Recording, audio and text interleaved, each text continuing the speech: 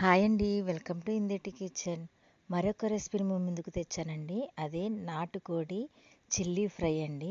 Taste అయితే చాలా బాగుంది. ప్రాసెస్ వివరంగా చూపిస్తాను రండి. ముందుగా చికెన్ని పసుపు ఉప్పు వేసి కుక్కర్లో 4 విజిల్స్ వచ్చే వరకు ఉడికించుకోవాలి.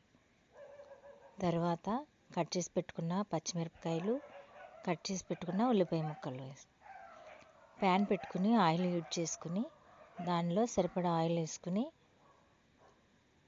బిర్యానీ మసాలాలు వేసుకుని వేయించుకోవాలి. అవి వేగుతుండగా దానిలో కట్ చేసి పెట్టుకున్న ఉల్లిపాయ ముక్కలు వేసి గోల్డెన్ కలర్ వచ్చే వరకు వేయించుకోవాలి.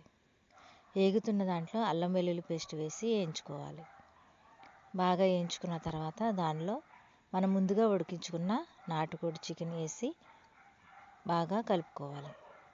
దాంట్లో సరిపడా సాల్ట్, కొద్దిగా పసుపు వేసి సరిపడా కారం వేసి బాగా ఫ్రై చేసుకోవాలి. దానిలో ముందుగా ధనియాల పొడి, జీలకర్ర పొడి, మసాలా పొడి వేసి కొద్దిగా కరివేపాకు వేసి వేయించుకోవాలి.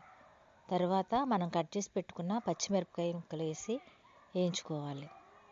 వేగుతున్న తర్వాత కొత్తిమీర వేసుకుని దించేసుకోవాలి. Thank you for watching.